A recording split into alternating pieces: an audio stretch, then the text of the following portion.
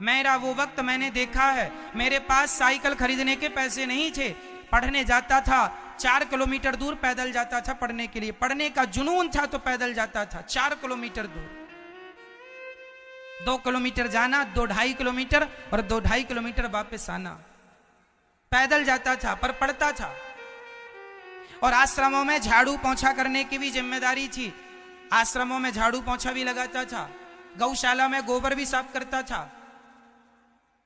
ये सब काम करते हुए आप लोगों को तो कोई काम नहीं करना पड़ता, केवल पढ़ना ही पढ़ना होता है। हमारे जमाने में तो विद्यार्थियों को काम भी करना पड़ता था, 1-1 कुंटल आटे की रोटियां बनानी पड़ती थी हमें, 1 कुंटल आटा 100 किलो आटे की रोटी मैं बनाता था। आज भी मैं रोटी बना सकता हूं, 1 कुंटल की एक आसन पर बैठ के बेल सकता हूं, गोल गोल रोटियां बनाई हैं, दाल सब्जी चावल, 100-100 लोगों का 200-200 लोगों का मैंने भोजन बनाया है और सबको भोजन करा के और फिर भोजन किया और फिर पढ़ने जाता था। आप लोगों को तो बड़ी सुविधाएं मिल रही हैं पढ़ने की, आप लोगों के पास तो गाड़ी भी है, मोबाइल भी है, हमारे समय पे तो कुछ भी नहीं था। जबकि ये बातें बहुत पुरानी नहीं, 2006 की बातें कर रहा हूं मैं। बड़ा विकसित था देश, लेकिन हमारे पास पैसे नहीं थे, इसलिए साइकिल खरीदने की भी ताकत नहीं थी। फिर हम दो दोस्तों ने मिलके एक 250-250 रुपए मिला के पुरानी साइकिल खरीदी थी 500 रुपए की, तो हम दोनों फिर साइकिल से पढ़ने जाया करते थे। 250 जोड़ने के लिए भी बड़ा समय लगा था, चोरी नहीं की किसी की, थोड़ा थोड़ा पैसा जोड़ लेते थे, कोई दे गया 10 रुपए, कोई दे गया 20 रुपए, तो जोड़ते रहते थे। उससे 250 रुपए की साइकिल खरीदी थी। जहां स्त्रियां विश्वास जीत लेती हैं ना, वहां पुरुष सब कुछ कमा के जो लाता है पत्नी के हाथ में रख देता है। आप में से कितनों के पति ऐसे हैं जो सारा कमा के जो लाते हैं सब आपको देते हैं? आपके पति देते हैं आपको? आपके पति नहीं देते आपको? तो खर्चे ज्यादा होंगे फिर आपके, हाँ, इसलिए नहीं देते। जो देते होंगे सब लिपस्टिक में चला जाता होगा।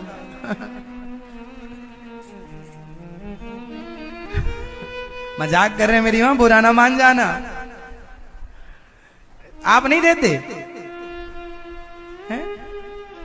हमारे यहाँ की जो ये परंपरा रही है कि पुरुष जो भी कमाता, जितना भी कमाता, सारा लाके पत्नी के हाथ में दे, क्योंकि पत्नी लक्ष्मी है, लक्ष्मी को देने से लक्ष्मी बढ़ती है, इसलिए जो भी कमाया करो पत्नी को दिया करो। और पत्नी का भी धर्म है कि पति का दिया हुआ जस का तस रखे।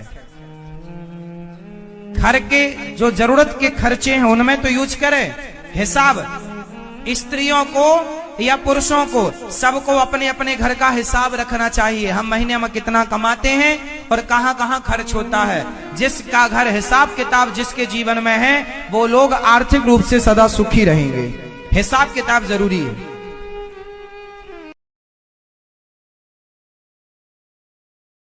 अपनी हैसियत से ज्यादा पाँव ना पसारो। इच्छाओं का कोई अंत नहीं है, जरूरतों का कोई अंत नहीं है, इसलिए कंट्रोल उचित। 2 पैसे बचेंगे तो भविष्य में काम आएंगे। बच्चों को पढ़ाओ लिखाओ, योग्य बनाओ, बच्चों को कामयाब बनाओ, संस्कारी बनाओ। और यदि आपके पास जायदाद संपत्ति बहुत है और बेटा नालायक है तो भी उसे जायदाद संपत्ति का कोई मतलब नहीं।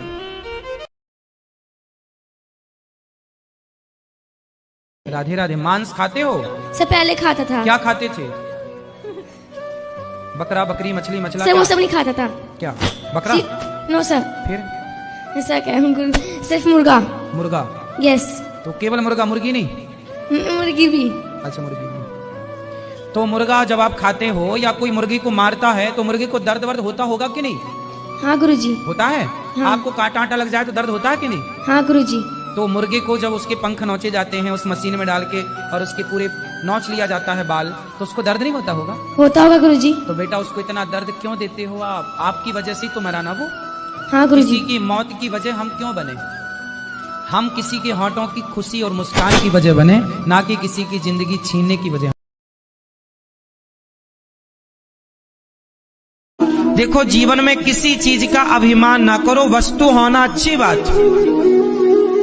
भगवान करें आपके पास खूब पैसा हो, भगवान करें आपके पास खूब धन धान्य हो, संपन्नता हो, नाम हो, इज्जत हो, खूब आपके परिवार में बच्चे हो, आपका खुशियों से जीवन भरा हो, लेकिन अभिमान ना हो। वो लोग बहुत सुखी हैं जो अभिमान से बचे हैं, और अभिमान से वही बच सकता है जैसे भगवान बचाना चाहें, वरना बड़ा कठिन। धन के चक्कर में पागल ना हो जाना, पैसा कमाओ पर ईमानदारी से कमाओ। ये नहीं कि बेईमानी करके कमाओ, धन ना सेट हो जाओ, नाश कर देगा वो धन।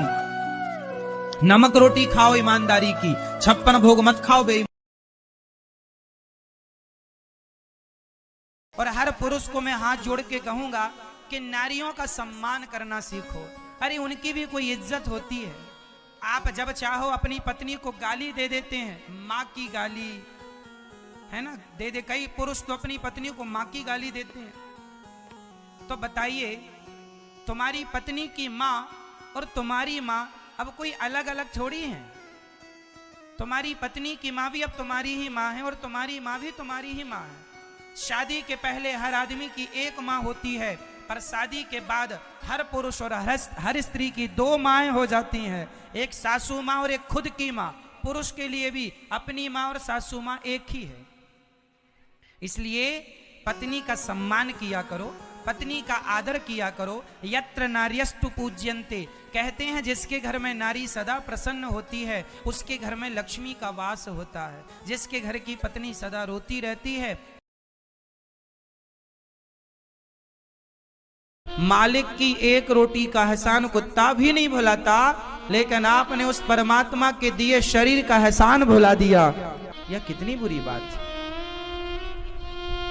मेरी माँ, ये मत कहा करो हम बड़े दुखी हैं। अरे आप वृंदावन में आए हैं, आप अपने कानों से कथा सुन रहे हैं, अपनी आंखों से भगवान का दर्शन कर पा रहे हैं, इन हाथों से आप समाज की सेवा कर पा रहे हैं। आप जैसा सुखी धरती पर कौन है बताओ तो जरा।